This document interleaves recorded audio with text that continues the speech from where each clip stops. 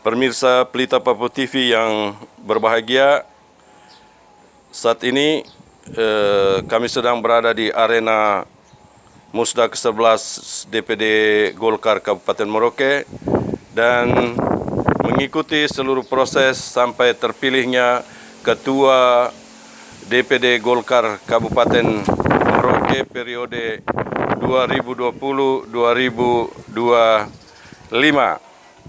Dan dari hasil musda,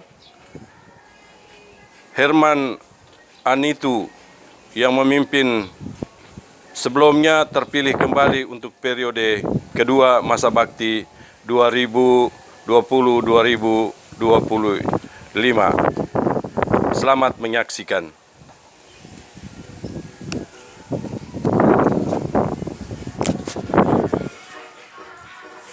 Berikan kepada kami semua dalam kehidupan kami, dalam setiap pekerjaan, tugas dan tanggung jawab kami. Engkau telah Kabupaten Merauke masa bakti 2017-2020 yang kami hormati Danrem 174 Merauke Aninti Waninggap, yang kami hormati Kapolres Merauke, yang kami hormati Kepala Kejaksaan Tinggi Negeri Merauke, yang kami hormati Kepala Pengadilan Tinggi Negeri Merauke, yang kami hormati Dandim 170.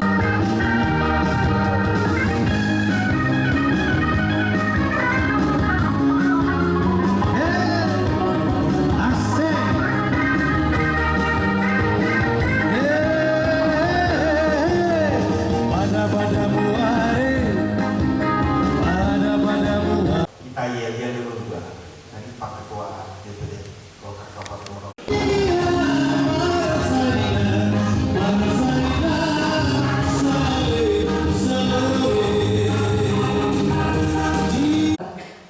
Salam sejahtera bagi kita semua.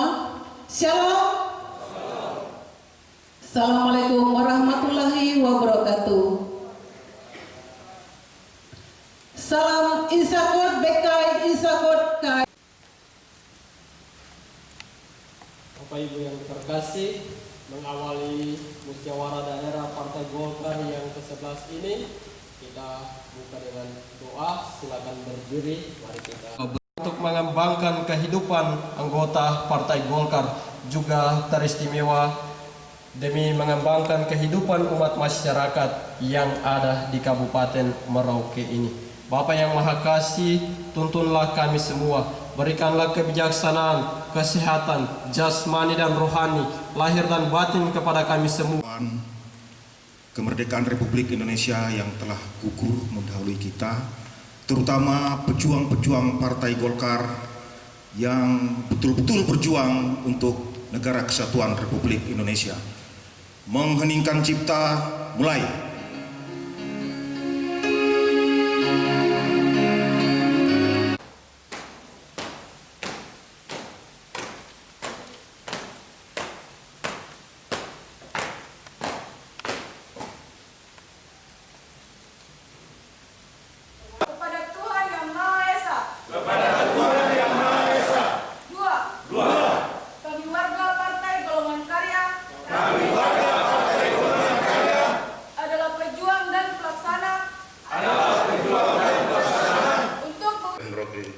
Serta hadirin yang ada di ruangan ini.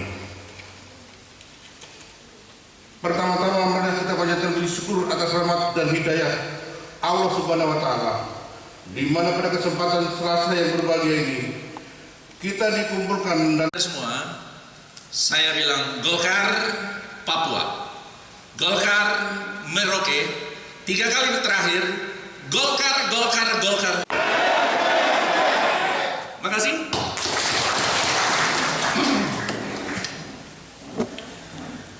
Yang terhormat Ketua DPD Partai Golkar Provinsi Papua yang mewakili, yang terhormat Pak Bupati Kabupaten Merauke yang mewakili oleh Bapak Ketua Kesbangpau, yang terhormat Sekretaris Porda Kabupaten Merauke, berdiri dulu saudara. Sepuh Partai Golkar yang tidak asing pada pagi hari ini, ada Bapak Pit Tiniap. Ini Bapak Pit, ada yang kenal kan? Bapak berdiri dulu saudara. Ini beliau. Saya lihat di sini yang hadir juga Bapak Anton Palungan yang hadir pada acara Musda ke-11 di Kabupaten Merauke. Saya atas nama Ketua Partai Golkar Kabupaten Merauke pertama-tama mengucapkan terima kasih yang tak terhingga pada Bapak Ibu sekalian yang hadir dalam acara Musda ini. Langkah Bapak Ibu sekalian menghadiri acara ini sudah pasti di rumah ataupun di tempat kesibukan Bapak sekalian ada pekerjaan yang ditinggalkan. Dengan tulus saya sekali lagi menyampaikan terima kasih. Bapak Ibu sekalian, marilah kita memanjatkan puji syukur kehadiran Tuhan. Dengan lindungannya lah pada pagi hari ini acara Musda ini dapat kita laksanakan, dan Komdis, Komkam, di mana saja kader Golkar berada, saya pasti berada di tengah-tengah Bapak Ibu sekalian. Banyak hal yang sudah disampaikan langsung kepada saya maupun kepada anggota fraksi saya menjadi catatan situasi kita yang ada, masyarakat kita yang ada di Kabupaten Merauke. Saya ingat pesan-pesan tokoh-tokoh Golkar kita. Pada saat Partai Golkar didirikan di tahun 1954, Golkar lahir. Golkar lahir pada saat negara Indonesia dalam situasi yang tidak kondusif. Pada saat itu Golkar lahir dengan suatu kekuatan yang besar. Ada 4 pilar yang menjadi tonggak kita sekalian. Bapak, Ibu, dan kita semua, marilah kita menjaga situasi politik akhir ini. Tuhan Yang Maha Kuasa, hari Selasa 25 Agustus 2020, Musda 11 DPD Partai Golkar Kabupaten Merauke secara sah dibuka.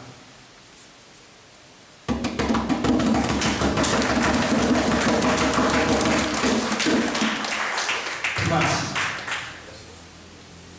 Golkar Kabupaten Merauke ya bukan demisioner lagi saat ini, tetapi pasti apakah nanti akan bertahan atau tidak, tapi kayaknya dinamikanya yang tadi itu kita sudah bisa baca dan sambutan. Pak Ketua DPD dulu pertama, apakah akan mempertahankan Pak Ketua DPD yang lama untuk periode 2020-2025? Ya. Oke, Musda ini kan pengambilan keputusan tertinggi. Di dalam Musda ini kami melaksanakan termasuk di dalamnya pemilihan Ketua Golkar Kabupaten Merauke periode 2020-2025. Inti daripada Musda ini pengambilan keputusan untuk memilih, karena dalam pleno nanti kami akan bahas, termasuk di pleno ketiga ada pemilihan Ketua Golkar Kabupaten Merauke periode 2020-2025. Kenapa Musda dilakukan? Perintah daripada anggaran dasar, anggaran rumah Partai Golkar, dan di spesifik kepada Juknis, Jukla kita. Di dalam Jukla itu dijelaskan bagaimana kelancaran Musdanya, aturannya, bagaimana cara pemilihan Ketua Golkar periode 2020-2025, ada semua dalam Juknis kita, Jukla 02 tahun 2020. Oke Pak Ketua Bidang Pemenangan Wilayah 7 ya. Artinya dari track record ketua yang lama, Siap. tadi itu dari urutan keberapa ya? Jadi urutan kedua. Yang sudah saya katakan tadi bahwa di dalam musda ini ada Juknis, Jukla 02 nomor 2 tahun 2020. Pelaksanaan musda ada di dalam situ. Teknik pemilihan ketua terpilih Partai Golkar periode 2020-2025 khususnya Kabupaten Merauke ada dalam situ. Mekanisme jalannya alur musda ada semua dalam situ. Jadi kita tinggal mengikuti Jukla, kita jalankan dengan baik. Tentang siapa yang mendaftar, dia berhak. Yang penting dia kader Golkar, dia punya tata cara penilaian kurang lebih 11 item yang harus dia penuhi. Silakan, dia bisa mendaftar. Kalau tidak, ya akan digugur karena kan ada tim verifikasi yang memeriksa kelengkapan mereka. Itu diatur semua dalam Jukla. Jadi kita berangkat daripada musda ini kepada Jukla. Pak Ketua DPD. Siap. Siap. Kami mendengar. Teman-teman sekalian, saya terima kasih ya. Teman-teman sudah hadir, kemudian bisa mengikuti acara Musda 10 ini dengan baik. 11 Musda 11. Saya melaksanakan kepemimpinan tanggung jawab organisasi ini sesuai dengan keputusan Musda 2016 akhir Desember, di mana pada saat Musda saat itu terjadi aklamasi, saya dipercayakan untuk pimpin Musda. Nah, pada hari ini, tanggal 25 Agustus 2020, kami akan melaksanakan Musda ke-11.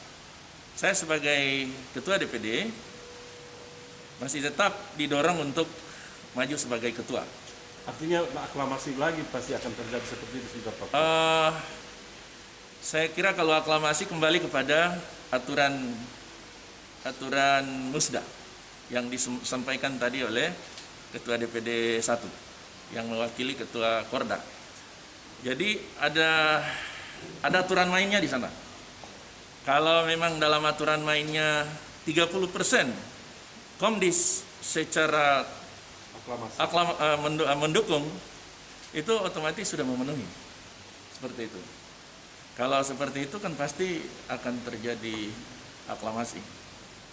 Saya tidak mendahului itu, tapi ini akan terjadi dalam proses semua. Pak Ketua, ada kader-kader lain yang mungkin didorong untuk ikut mendaftar?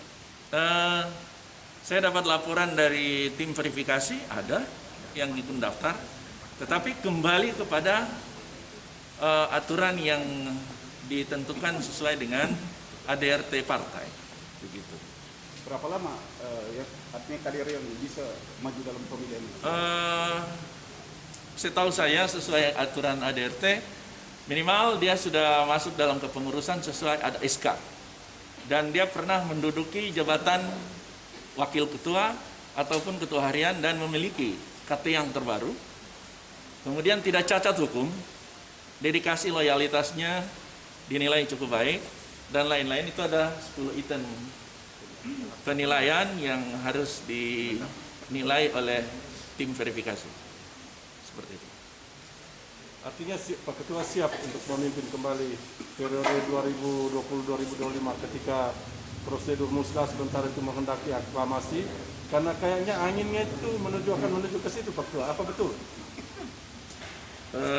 Kalau siap, ya kami sebagai kader pasti siap.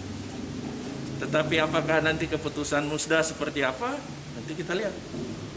Kalau memang arahnya ke aklamasi, ya kita ikuti aturan musda. Saya tidak bisa mendahului dari itu. Karena semua kader yang ada ikut hadir dalam musda ini yang mempunyai hak pilih, hak suara, itu seluruh ketua Komdis.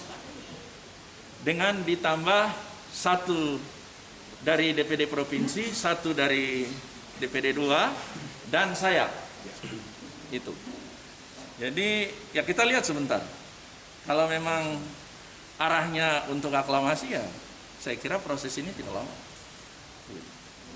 Pak Ketua, satu lagi soal gonjang-ganjing menjelang pemilu kada Golkar menjadi sasaran perhatian berbagai kalangan, khusus kader yang akan diusung dalam pilkada 9 Desember. Sejauh ini seperti apa dari Golkar? Iya, ini adik-adik wartawan ini pancing-pancing terus. Jadi gonjang-ganjing dalam pilkada ini sudah hal yang biasa-biasa, begitu. Kami Golkar itu pada prinsipnya siap sebagai kader. Kalau misalnya nanti toh apapun yang terjadi di endingnya nanti rekomendasi itu jatuh kemana, kami sebagai kader siap. Ya, dalam proses pilkada ini kan sekarang itu Golkar jadi wanita seksi, paling seksi untuk Merauke. Golkar itu jadi penentu karena dia 4 kursi. Begitu. Kalau misalnya Golkar itu dipinang oleh salah satu kandidat, berarti yang lain akan ikut. Golkar 4 kursi. Jadi sampai saat ini belum ada, dari Golkar belum menentukan siapa yang nanti akan di... Sampai hari ini belum ada. Surat rekomendasi maupun SK belum ada ya? Belum ada, sampai hari ini belum ada. Kira-kira kapan Golkar akan mengeluarkan SK atau rekomendasi? Keputusan ini kan di DPP. Kami sendiri tidak tahu persis proses ini seperti apa di DPP. Pak Ketua, apakah Golkar andai kata ke calon lain, Golkar akan legowo untuk mendukung calon lain? Andai kata harus legowo dong sebagai kader. Kita sebagai kader itu sudah dididik, dilatih ataupun dipersiapkan untuk menerima keputusan partai yang tertinggi. Karena struktur kita partai itu kan tegak lurus. Kalau perintahnya dari atas ke bawah harus SK-nya jatuh ke misalnya si A, si B dan si C, Golkar siap. Kami di sini siap. Pak Ketua tidak merasa kecewa ketika misalnya artinya yang didengungkan selama ini kan Pak Ketua akan maju. Ketika partai jatuhkan pilihan ke orang lain, Pak Ketua tidak merasa kecewa? Kita sebagai umat yang percaya kepada Tuhan, ya, segala sesuatu itu adalah keputusan dari Tuhan. Jadi apapun keputusan kita harus menerima karena itu adalah yang sudah diputuskan oleh Tuhan kepada kita, dan saya sebagai ketua partai akan ambil positifnya supaya jangan terbebani. Begitu. Jadi kalau kita sudah secara proporsional sudah bisa menerima keputusan itu, saya kira kita happy-happy aja. Adik-adik wartawan datang ke sini, kita ngopi-ngopi segala macam, ya kan? Seperti itu. Apakah Bapak Ketua berharap ya seperti yang Bapak Ketua sampaikan tadi bahwa Bapak sudah memoles putri cantik ini dengan baik. Apakah Bapak berharap bahwa SK ini akan ke Bapak begitu? Iya. Kalau sesuai dengan harapan saya dan kader ya sudah pasti, begitu kan? Namanya tadi saya sampaikan secara kasarnya seperti itu. Istilahnya begini, kita yang bikin kebun ini kan udah jadi. Sudah ada yang kita tanam dengan tumbuhan yang subur, tinggal kita panen kan. Yang panen kan harus saya, bukan orang lain dong. Seperti itu kira-kira. Tetapi kalau yang bukan saya, yang panen ini nanti orang lain pun sekalipun, ya saya harus legowo menerima itu. Ya? Artinya panen bersama sesuai itu. Oh, iya, kalau pendapat itu. Terima kasih Pak Ketua. Terima kasih Pak Ketua. Terima kasih. Ya, makasih. Oke, terima kasih.